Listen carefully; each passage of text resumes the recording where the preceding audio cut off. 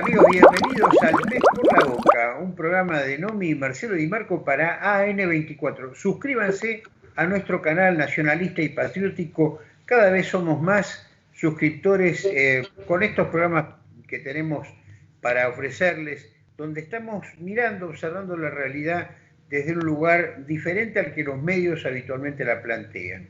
Y buscando, tenemos gente que colabora con nosotros. Max Mangold, por ejemplo, nos puso esto que dije, mira, esto es para editorial de ustedes, y me parece que puede llegar a ser, lo veíamos con Nomi, puede llegar a ser muy iluminador para nuestra querida audiencia. Así que Max, muchísimas gracias, pulgar arriba para vos.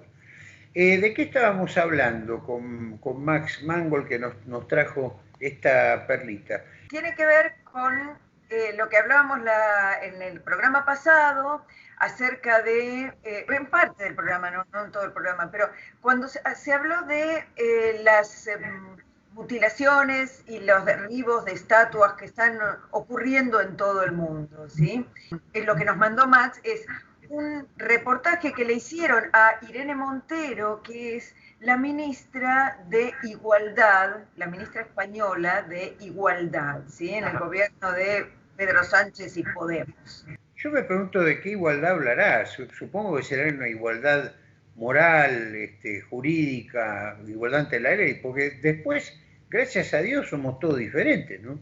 A mí me llama mucho la atención que no se hayan apropiado, como ya lo vimos en un ente internacional la vez pasada, de la palabra equidad, que sería un poco más acorde con el pensamiento por el bien común, ¿no? Lo que hace al bien común de todos. Ahora, igualdad es muy difícil encontrar gente igual. Y sobre todo, digamos, fíjate vos que estos postulados parten de gente que se desgarra las vestiduras por la igualdad, pero al mismo tiempo por el pluralismo y por la tolerancia. Quiere decir que uno, digamos, es plural en la medida en que no somos iguales todos, y es tolerante en la medida en que hay, digamos, otra mentalidad, otra psicología para abordar los temas de la realidad desde la crítica, desde el periodismo, desde la sociología, desde la psicología, como el caso nuestro, desde la lengua. Así que ya me parece una flagrante contradicción hablar de ministro de Igualdad. ¿Qué quieren? ¿Hacernos a todos iguales?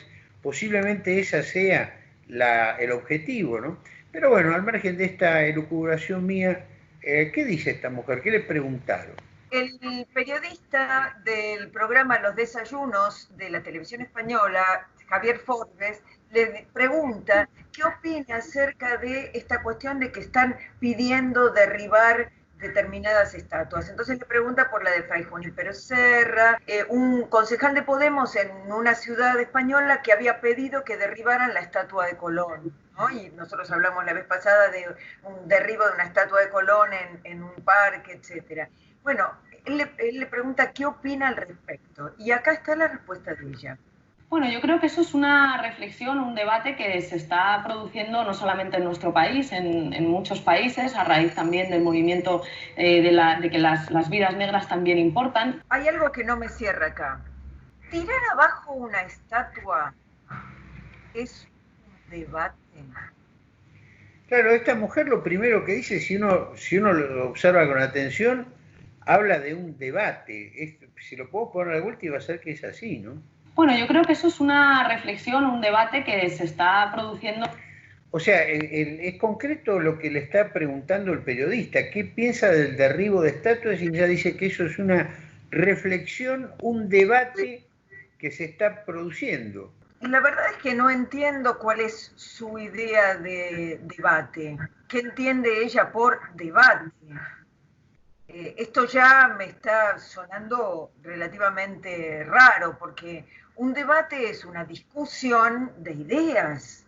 ¿Sí? Si yo voy y tiro abajo una estatua, no estoy discutiendo ninguna idea, no estoy planteando ningún argumento. Estoy cometiendo un delito digamos, sería como atentado contra los monumentos públicos, no sé cuál sería la figura, pero indudablemente que una estatua en reconocimiento, nada menos que al fundador de California, al fundador de San Francisco, de Los Ángeles, y que fue aparte un santazo, porque, mira, Nomi, tenés que leer la biografía de San Fray Junípero Serra en el libro del padre Iraburu, que se titula Hechos de los Apóstoles de América. Ahí es maravilloso cómo te va mostrando todo el accionar tan formidable, tan benéfico para los aborígenes que implementó el santo en cuestión. Vos sabés que la iglesia, digamos, tiene, sobre todo en esa época, ahora creo que ya se derogó la figura, de lo que se llama el abogado del diablo, que antes de canonizar a una persona, antes de considerarla santa, determinar que es santa, al cual le podemos rezar perfectamente, la iglesia tiene todo un proceso que es justamente llamar a un abogado del diablo, que es el tipo que dice, bueno, mira, pero este señor no puede ser canonizado por tal y cual razón. Que busca el pelo en el huevo, ¿no? Exactamente, es un abogado, es eso, de la contra, digamos, del diablo. Ahora vos fíjate que si esta gente, digamos, no es de Dios, es del diablo, porque en realidad, una vez que ya está entronizado en los altares un genio como este, un patriota como este, que le escriban racista y derriben la estatua, indudablemente que es una acción netamente demoníaca, lejos de ser una reflexión y de ser un debate. Sigamos viendo a ver qué otra cosa dice, porque es interesante como si... No solamente en nuestro país, en muchos países, a raíz también del movimiento de que las vidas negras también importan. Mi opinión es que lo importante es que seamos capaces como sociedad de hacer una reflexión y una mirada crítica de nuestra historia. Eso en el ámbito del feminismo y de la lucha por la igualdad se entiende muy claro, Xavier. Es sorprendente cómo la mayoría de los referentes en el ámbito de la ciencia, en el ámbito de la cultura, que estudiamos a lo largo de la historia, en el ámbito de la política también, son fundamentalmente hombres. Y el tratamiento que se le da a las pocas mujeres que se estudian como referentes, pues es a veces curioso, ¿no? Juana la Loca, siempre hay, bueno, son honrosas excepciones y además tienen una serie de consideraciones que nos mandan indirectamente el mensaje de que las mujeres no estamos preparadas para ocupar determinadas posiciones públicas o de poder en la sociedad, ¿no? Entonces, yo creo que lo importante no es tanto si tiramos o no una estatua, sino que seamos capaces como sociedad, y eso tiene mucho que ver con la educación y tiene también que ver con los medios de comunicación, con las series que vemos en televisión o en las plataformas digitales, con los libros que leemos, ¿no? Que seamos capaces como sociedad de reflexionar cuál es nuestra historia y por qué hay partes de nuestra historia que son más visibles, otras que lo son menos, o partes de nuestra historia que nos hemos contado de una manera que a lo mejor tenemos que cambiar, ¿no? O que reflexionar. Es muy curioso cómo, pues yo no sé, por ejemplo, en España sobre la guerra civil se habla muchas veces de una guerra entre hermanos, pero muy pocas veces de que hubo un golpe de Estado a una forma de gobierno elegida democráticamente por los ciudadanos como era el gobierno del Frente Popular. Yo creo que lo importante es que como sociedad pensemos nuestra historia, conozcamos nuestra historia, porque si no tenemos memoria es muy posible que se vuelvan a repetir errores del pasado, y eso no lo digo yo solamente, la propia Unión Europea se funda sobre la base del antifascismo y para no volver a repetir errores que costaron millones de vidas humanas, ¿no? Entonces, la memoria es muy importante, la reflexión colectiva sobre la historia creo que también lo es, y me parece que es por ahí por donde debemos llevarlo. Insisto que cuando pensamos en la igualdad entre hombres y mujeres, pues por ejemplo, fomentar que los niños y niñas conozcan que también hay mujeres científicas, que también hay mujeres en el mundo de la cultura o en el mundo de la política que aportan y que tienen tanto derecho como los hombres a estar ahí, y que si no han estado hasta ahora es porque había y hay desigualdades estructurales que les ponen más difíciles las cosas a las mujeres, pues creo que es algo útil para que ojalá las siguientes generaciones, mis hijos e hijas, pues vivan más en igualdad, y sobre todo las mujeres de este país, las niñas de este país, sepan que también pueden acceder en igualdad de oportunidades a esos espacios. Sí, pero no todas las mujeres famosas de España tenían el apelativo de locas. Antes estuvo Isabel la Católica, Rosalía de Castro, Emilia Pardo Bazán, Madame Curie en el exterior, Victoria Kemp. Digo que no solo la mujer ha tenido una imagen negativa en la historia de España. Y ahí quedó. Bueno, Nomita, contame, yo me quedé patitillo con eso, porque me gustaría conocer tu opinión, no ya como mujer, hombre, como una persona pensante, por favor. Bueno, una reflexión, ya vimos esto de pensar que el hecho de tirar abajo una estatua es una reflexión y es un debate. Ahí no hay intercambio de ideas, hay sencillamente un hecho violento y nada más. Esto por un lado. Por otro lado, es muy interesante cómo ella, cuando le preguntan por A, contesta por Z. Es decir, esto llama poderosamente la atención, como si hubiera activado un botón que tiene que ver con un tema completamente distinto al que se venía, por el cual le preguntó el periodista. Yo realmente, si hubiera sido él, vos viste el programa completo, yo si hubiera sido él le digo, bueno, ¿por qué no me contestás lo que te estoy preguntando? Vos sabés que yo vi el programa completo y más adelante, pero como 20 minutos más adelante, le vuelve a preguntar eso. Y ella vuelve a responder lo mismo y le dice, te vuelvo a responder que es un debate, que... Y no le contesta lo que él le pregunta. Y la pregunta es además por qué su agrupación política está de acuerdo con eso, ¿cierto? Es muy interesante desde el punto de vista también de pensar cómo ciertas personalidades responden a ciertas preguntas de un modo tan evasivo que no hay forma de repreguntar, salvo volver a formular la pregunta, y ellos suelen hacer esto, ¿no? Volver a formular la misma respuesta, que es una respuesta que no es la respuesta a la pregunta. ¿Sí? Es el comodín de los derechos humanos, el comodín del fascismo, el comodín del feminismo. El feminismo, el comodín de la guerra civil española, ¿no? Esta mujer se olvida que, digamos, la Iglesia, durante el amado gobierno de su Frente Popular, la Iglesia sufrió una persecución espantosa, con crímenes. Vos sabés que en la historia de la Iglesia, una vez me acuerdo, un amigo me decía, ¿y quién es santo hoy día? ¿Por qué la Iglesia no tiene más santos? Esto me lo dijo antes del año 2000.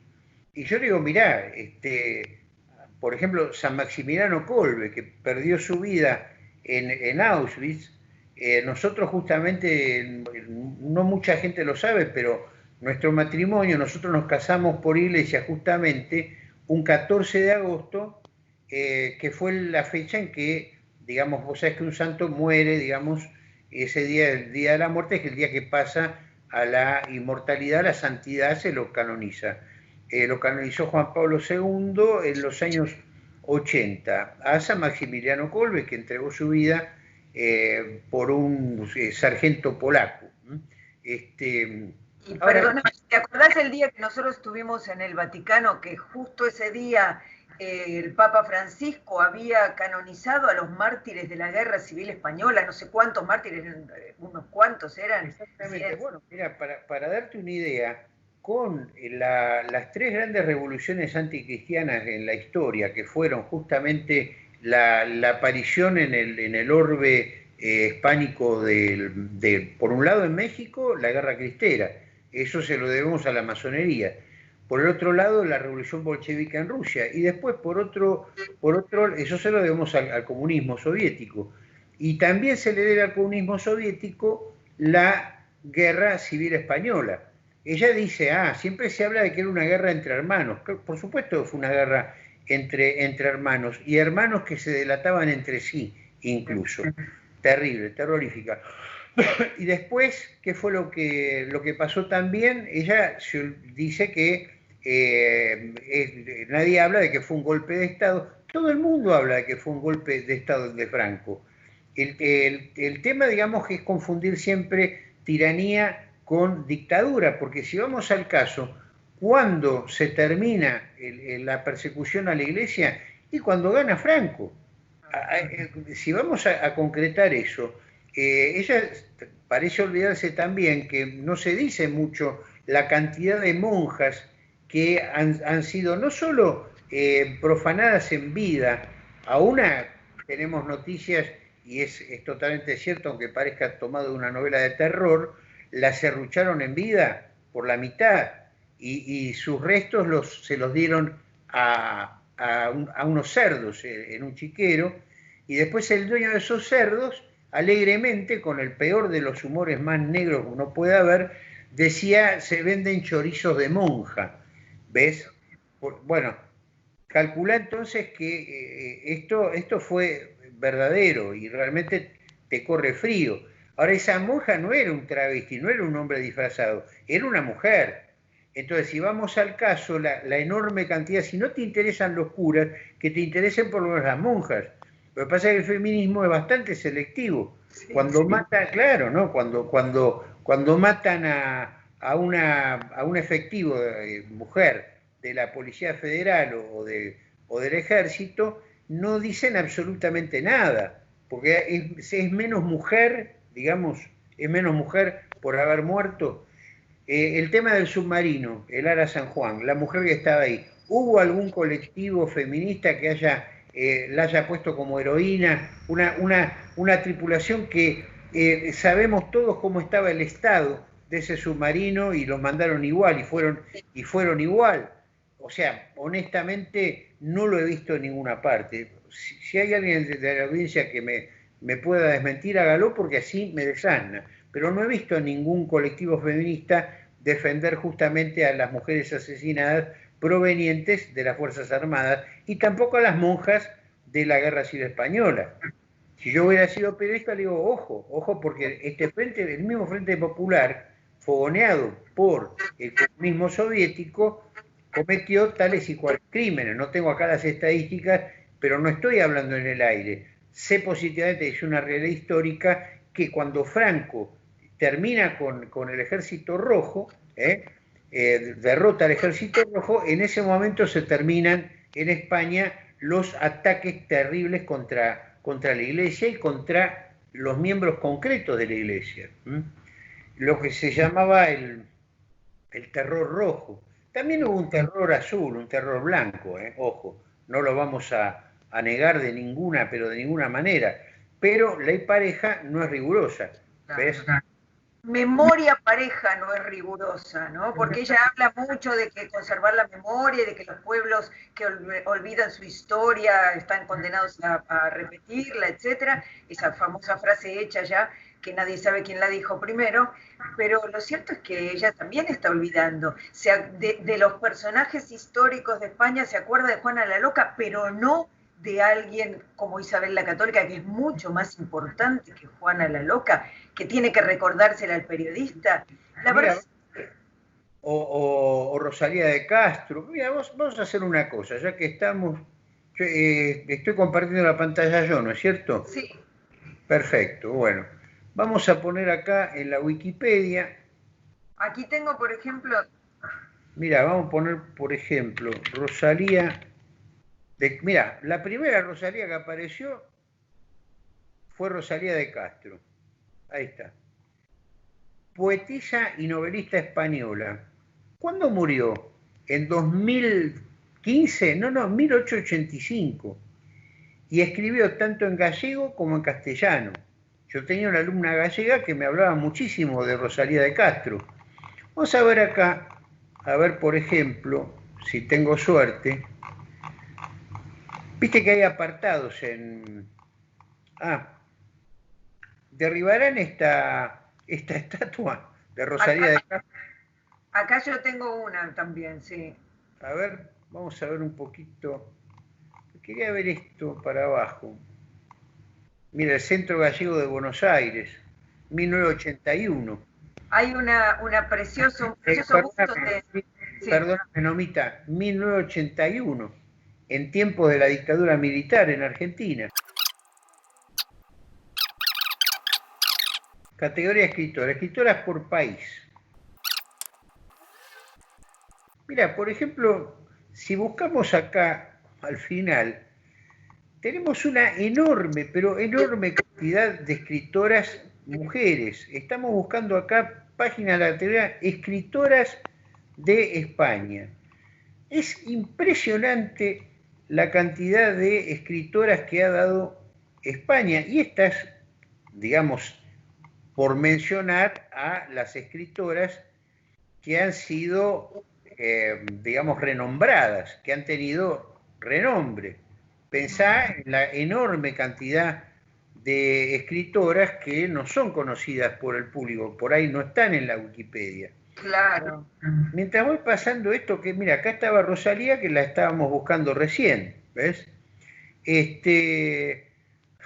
realmente barbijaputa, pero mira esta. De una escritora columnista y tuitera española, adopta como avatar una muñeca Barbie a la que se ha pintado 2 cuernos y rabo de diableza. La verdad, bueno, hay un montón. Claro, una tuitera debe tener miles de seguidores, ¿no? ¿Cómo? Así que bueno, página siguiente. Seguimos con la página. Es alevosa la cantidad solamente de mujeres que tenemos acá. Página otra más, página siguiente. Es notable, ¿no? Pero ¿qué más? Estamos en la M. Y sí, solamente, ¿no? Pero esto es claro. ¿Quién puede llegar a creer, con el bombardeo del feminismo, que hay tantas mujeres escritoras en España? Y digamos, mirá, esta es muy renombrada, Ana María Matute. Sí, fíjate vos, 26 de julio de 1925. Esta mujer se tuvo que comer la Guerra Civil Española cuando era un adolescente. ¿Ves? Mirá qué impresionante. Bueno, la cuestión es que, mientras tanto, mientras repasamos un poco, digamos, ¿ves? La violencia, el odio, la muerte, la miseria, la angustia, la extrema pobreza que siguieron a la guerra marcaron hondamente a su persona y su narrativa. La de Matute es la infancia robada por el trauma de la guerra y las consecuencias psicológicas del conflicto y la posguerra en la mentalidad de una niña. ¿Ven? O sea, la escritora, el escritor, tenemos una especie de detector de cosas que pueden llegar a partirle el alma al lector. Y bueno, acá lo tenemos justamente, mira, fue en el 76, fue propuesta para el Premio Nobel de Literatura. Eso, o sea, que partamos de la base, escritoras y escritores hubo siempre, en todas las épocas de la historia, digamos, y esto lamentablemente Nomi, te digo, en desmedro de la posición feminista, porque les revienta que uno les muestre estas cosas. Pues es que justamente yo hace muchos años, Nomita, estaba discutiendo este asunto con una chica, no estaba tan hacendora del feminismo, estamos hablando cuando empezamos a salir nosotros, ponele, 40 años, no vamos a revelar el secreto, pero nosotros en el año empezamos a noviar, en el año 82 empezamos a noviar, y yo me acuerdo que ahí al toque no estaba tan acendrado este tema, pero yo me acuerdo que me había puesto a discutir con esta mujer y le empecé a tirar un nombre, cuando ella decía, no, la mujer está sojuzgada, la mujer está reprimida, oprimida por el varón. Lo único que piensan es que nosotros servimos para lavar los platos y para cocinar. Bueno, yo la verdad empecé a tirarle nombre de escritoras, y de uno detrás del otro, de todos los tiempos y de todas las latitudes, no solamente de España. Piensen en eso, lo que acabamos de ver es solamente de España, que era una andanada. Entonces, vos sabés, esta mujer, en lugar de decirme, no sabía, la verdad que no sabía, qué bueno que me venís con este dato, porque realmente no, le daba bronca, Nomi, le daba bronca que la mujer estuviera tan puesta en el pedestal. Cuando vos estás rezándole a la Virgen María y sabés que... Pero, y las letanías, ¿por qué los feministas no repasan un poco las letanías lauretanas, las letanías de la Virgen? A ver, ¿qué opina la Iglesia de ella como mujer, como madre?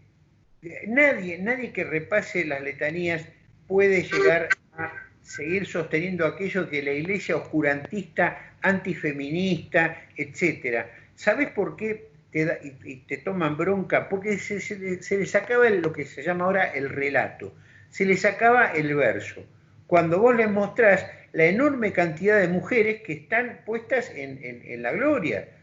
Lo importante de todo este asunto, que como dijimos en uno de nuestros programas, Margaret Thatcher, por ejemplo, no necesitó de ningún cupo para poder subir donde subió. Hoy en Argentina también estamos asistiendo a una gran cantidad de mujeres, pero ojo, yo te lo señalo cuando a mí me lo hacen notar. Como ya te digo, para mí son personas, tanto hombres como mujeres, y entre todos engrandecemos la literatura argentina, o intentamos engrandecerla. Pero yo me acuerdo de un conocido editor proveniente de la izquierda, me acuerdo que estábamos presentando un libro de una alumna mía, lo presentábamos los dos, ella y yo como su maestro y ella con su libro publicado. Y a mí me llamó poderosamente la atención, Nomita, el hecho de que el editor en cuestión destacaba la gran cantidad de escritoras mujeres que hay, y eso lo destacaba como un avance. Yo la verdad que recién ahí me puse a pensar en el asunto, digo, ¿por qué a la izquierda le interesa tanto mostrar cómo la mujer, ¿por qué? Porque esto favorecería de alguna manera el relato de que, bueno, hoy sí tenemos un montón de mujeres, pero antes no, cuando no es verdad. Este periodista le tiró un nombre detrás del otro, y se quedó corto, desde luego. Claro, claro, por mencionar algunas nada más. Después en la vez siguiente, en la parte siguiente, le vuelve a preguntar, cuando le vuelve a preguntar, le vuelve a decir otros nombres también, pero para ella no importaba, ¿sí? Para ella se quedó con Juana la Loca, que mirá además cuál es el sesgo que le dan, ¿no? Bueno, la verdad es que es muy cierto lo que vos decís en relación también con las estatuas y también con las mujeres y también con la Virgen María, ¿no? Es fundamental, una imagen fundamental en la historia de Occidente. Pero vos sabés que Juan Manuel de Prada tiene una nota interesantísima sobre el asunto, y me gustaría, ¿vos tenés más material? La tengo acá, la podemos compartir, ahora comparto pantalla yo si querés. Sí, pues me gustaría cerrar con esta reflexión, con lo que dice Prada, pero muy interesante, para ver cómo se van tejiendo los elementos. Por un lado, una mujer que llama debate y llama reflexión al hecho de tirar abajo estatuas, como si fuera una talibana, digamos. Tal cual, tal cual. Y por el otro una mujer que cuando le dicen, ¿qué opina de esto? En lugar de decir, mira, esto ya excede a mi campo, porque esto ya es del campo de la justicia, estamos destruyendo monumentos públicos, agarra y alegremente dice que es un debate que nos debemos, la invisibilización de la mujer, que las vidas de los negros también importan.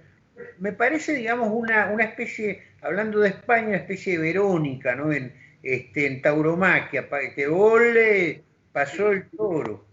Aquí Juan Manuel de Prada, en XL Semanal, creo que fue del 20 de junio, la fecha no la tengo acá, pero en estos días, escribe un texto titulado, un artículo titulado Estatuas, que empieza diciendo así: los más viejos y memoriosos del lugar recordarán la conmoción que en todo Occidente causó 20 años atrás la destrucción de los budas de Bamiyan decretada por los talibanes de Afganistán.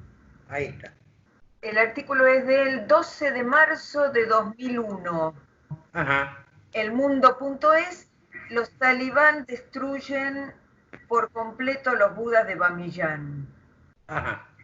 La noticia era esta, ¿no? La milicia ultraortodoxa islámica afgana talibán ha completado la destrucción de los 2 colosos de Buda esculpidos en roca entre los siglos III y IV en la provincia central de Bamiyan. Tenían entre 55 y 36 metros de altura y eran prácticamente las únicas imágenes de Buda de pie que hay en el mundo.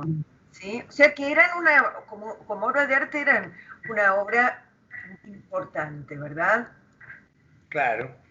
A mí me llama poderosamente la atención que semejantes obras de arte, digamos, la gente salte por ellas, digamos, desde luego, es un patrimonio de la humanidad. Excede la cuestión religiosa, excede aquello que está prohibido, representar imágenes de Dios, etcétera, etcétera.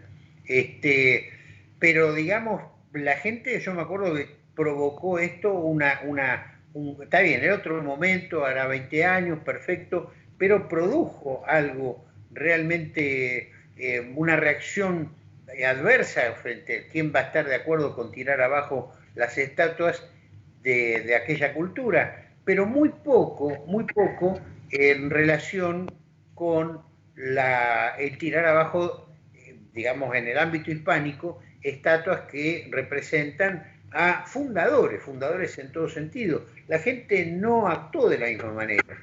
No. Fíjate lo que decía de Prada al respecto, ¿no? Dice, en su momento, aquella conmoción nos resultó muy farisaica. En Occidente ya abundaban entonces estas acciones. Recordemos, por ejemplo, el derribo de estatuas de Lenin y otros próceres comunistas en la extinta Unión Soviética y en sus países satélites, que en los años posteriores se intensificarían fanáticamente en algunos lugares, como España, con auténtico frenesí. Claro. Tirar abajo la estatua de Franco, etcétera, ¿no? Claro.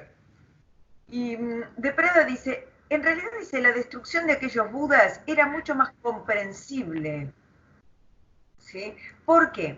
Porque los talibanes no estaban haciendo otra cosa, sino erigirse sobre las ruinas de una civilización anterior. Que eso es lo que hicieron siempre, digamos. Que es lo que todas las civilizaciones hicieron siempre. Dice, mediante un alarde de iconoclasia es tirar abajo los iconos, ¿no? Los símbolos de otras civilizaciones. Exacto. Mediante un alarde de una iconoclasia furiosa que reduce a escombros, añicos o pavesas las imágenes y símbolos sagrados de la civilización precedente.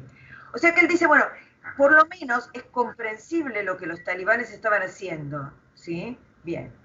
Pero pertenecían a otra civilización, ¿sí? La única civilización, dice de Prada, que cuestionó esta devastación metódica fue precisamente la cristiana, que junto a iconoclastas furiosos hubo quienes, como San Justino, defendieron la conservación del legado pagano con argumentos que providencialmente acabaron imponiéndose. Y gracias a esos conservacionistas, hoy en día tenemos la Victoria de Samotracia, la Venus de Milo, tenemos las obras de arte de la antigüedad grecolatina, por ejemplo, ¿sí? Sí. O las obras de arte de Egipto, que si no hubieran sido quemadas, hubieran sido destruidas, ¿verdad? Está el caso de la iglesia oscurantista que preservó la cultura pagana, si vamos al caso, ¿verdad? Los monjes copiando los libros a mano, ¿no? Los libros de la antigüedad pagana. Y es tal cual, justamente por el gran legado de Grecia y de Roma nos llegó gracias a la iglesia. Eso sí que podría ser un excelente motivo de debate y de reflexión. ¿Cuánto que le debe la civilización a la iglesia? ¿Cuánto que le debe América? Nada menos a que a su fundador, a su descubridor, Cristóbal Colón, o a gente como Fray Junípero Serra, San Ezequiel Moreno, por ejemplo, en Colombia.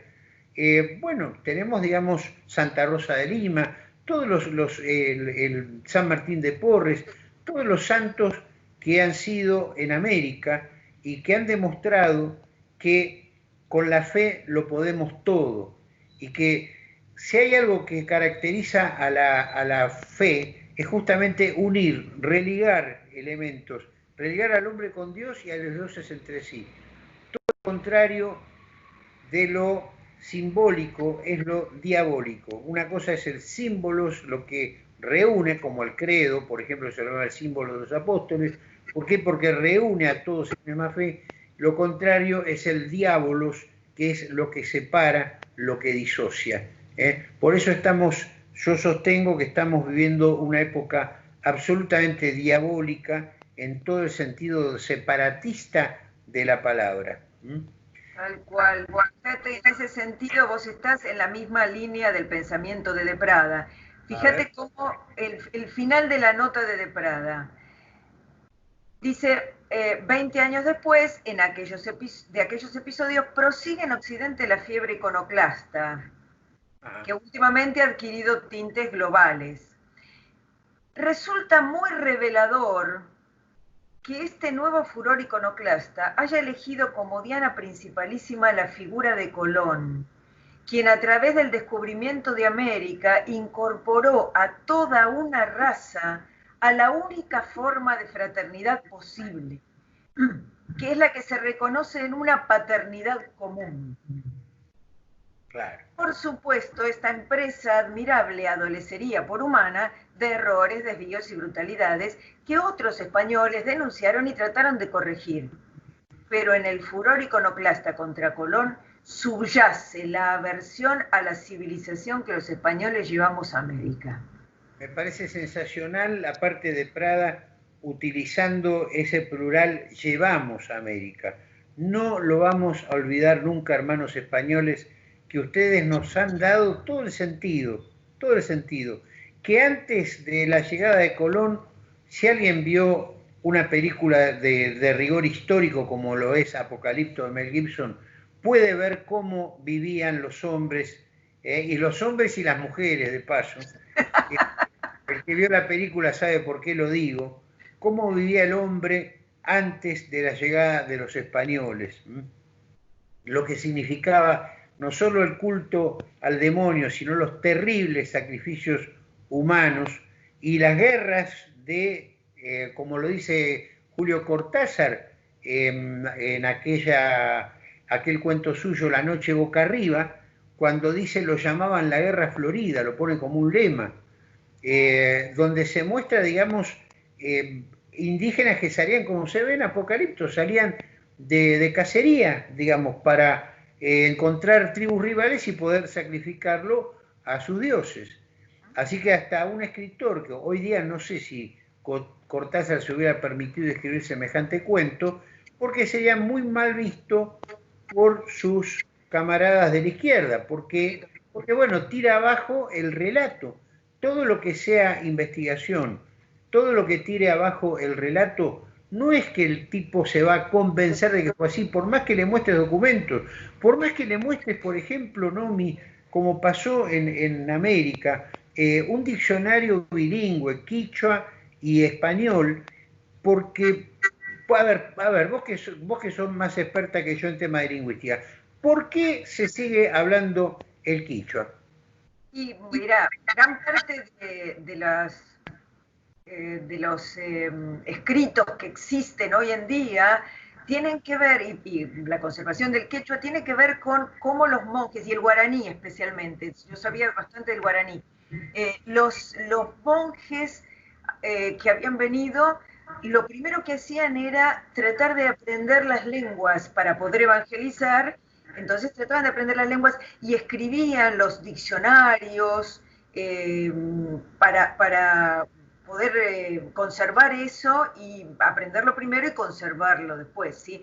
Las primeras manifestaciones de extrañeza lingüística sobre el guaraní, por ejemplo, el uso de los pronombres o no, o sobre el quechua, el tema de los géneros, que no existe en el quechua palabras...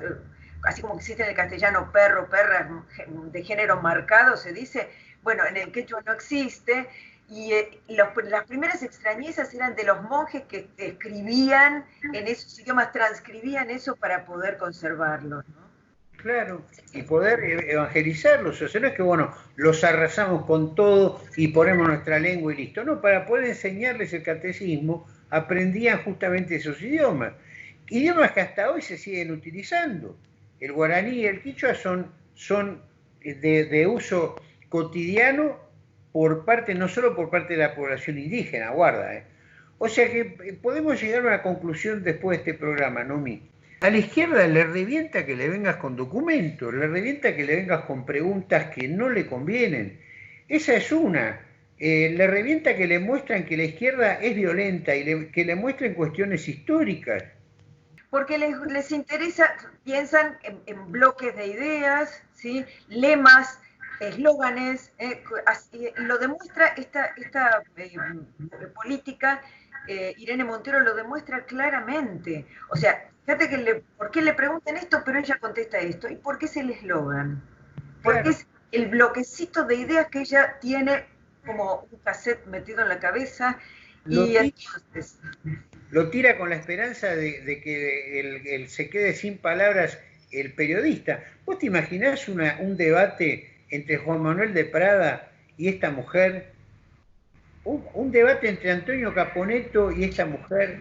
Sería o sea, bueno, sería o un debate entre vos y esta mujer. La das vuelta como una media. Lo que pasa es que nunca se daría. Y sí. Bueno, la otra conclusión a la que yo llego después de este programa, Nomi, es que el genocidio fue un desastre, como lo hicieron. Fue un fracaso total el genocidio aborigen. Realmente, ¿no? Fue muy, pero muy mal hecho. La verdad que me parece que la izquierda, en términos de genocidio, si pensamos en los términos del Holodomor, que en algún momento vamos a hablar de esto, el criterio de hambre impuesta, en donde el padrecito de Stalin agarró y terminó con toda la granja de Ucrania y con los granjeros y con los trabajadores que estaban a cargo de las granjas, con la gente, con todo, cerrando las fronteras de Ucrania, mató de hambre a todos. Ese sí que fue un auténtico genocidio. Así que yo iría por ese lado a preguntarle, a decir a la izquierda que le pregunten a sus amos, a sus próceres, los próceres comunistas, como decía irónicamente de Prada, que les pregunten qué significa ser un genocidio. Ahí yo estaría muy, muy atento a ver qué le contestarían sus queridos muertos a esta gente. Pero estas por ahora son nuestras conclusiones. ¿Vos tenés otra? No, quería ampliar el tema de por qué el genocidio en América fue muy malo. A ver. Y porque hoy en día hablamos quechua, hablamos guaraní, hay un montón de pueblos originarios, ¿sí?, que viven en Argentina, por ejemplo, en América, en toda América, ¿sí? Salvo en la del norte, ¿no? Que quedaron bastante poquitos. Pero en la parte en que no fueron los españoles, ¿no? Exactamente, tal cual. Bueno, Nomita, cerramos el programa entonces, nos vemos la próxima, si Dios quiere. Muchachos, suscríbanse a nuestro canal, N24, estamos para servirlos. Y si alguien, que supongo que sí, de los que no piensan como nosotros, están también viendo este programa, dejen sus comentarios. Coméntenos por qué dicen que el genocidio fue tan bien hecho. Traten de alguna manera de justificar el asesinato masivo de tantos y tantos ucranianos, prácticamente no quedó nadie en la Rusia de Stalin. Procuren justificar todo eso y les vamos a dar la razón. Expresen por qué Juan Manuel de Prada se equivoca al escribir como escribe, o procuren también en los comentarios interpretar el pensamiento de su querida Irene Montero, a ver cómo se las ingenian. Prueben, estamos totalmente dispuestos a leer sus comentarios pero eso sí, en el próximo programa rebatirlos, si es que tienen tela para rebatirnos ustedes a nosotros. Bueno, Nomi, nos despedimos entonces, nos vemos en un ratito para almorzar. Tengo un hambre impresionante. La verdad que después de este programa, digamos, con tantas ideas que se fueron barajando, me fui quedando pila y hueso, Nomita. Bueno, te mando un beso. Gracias, querida audiencia. Le decimos con todo en esto que es el pez por la boca. Hasta pronto.